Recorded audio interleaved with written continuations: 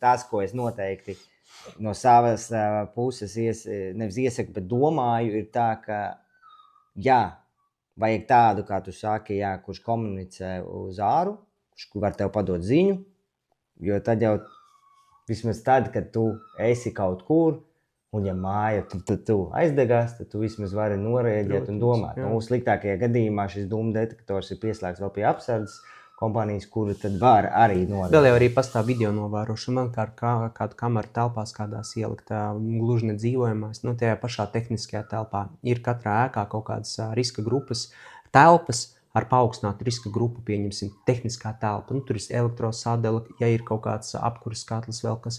Nu, ieliec tur video novērošanas kameru. Nu, ko tev tas dos? Tev nostrādās sensors, tu ļoti ātri var apskatīties. Pieņemsim, plaša, ļoti liela problēma ar granulas katliem.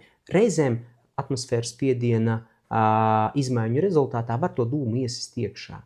Un tu, kad iedomājies, tu esi darbā un tev nostādē tas dūmu detektors, un tu redzi aplikācijā viņš ir. Nu, tev visa diena, tu tur tīrinies, streso, skriesi atpakaļ uz mājām, vēl kaut ko. Bet, ja tev ir video novērošanas kamera, tu hopi iegāji un apskaties un arī ļoti ātri saprati, tas ir kaut kas nopietnas vai nē.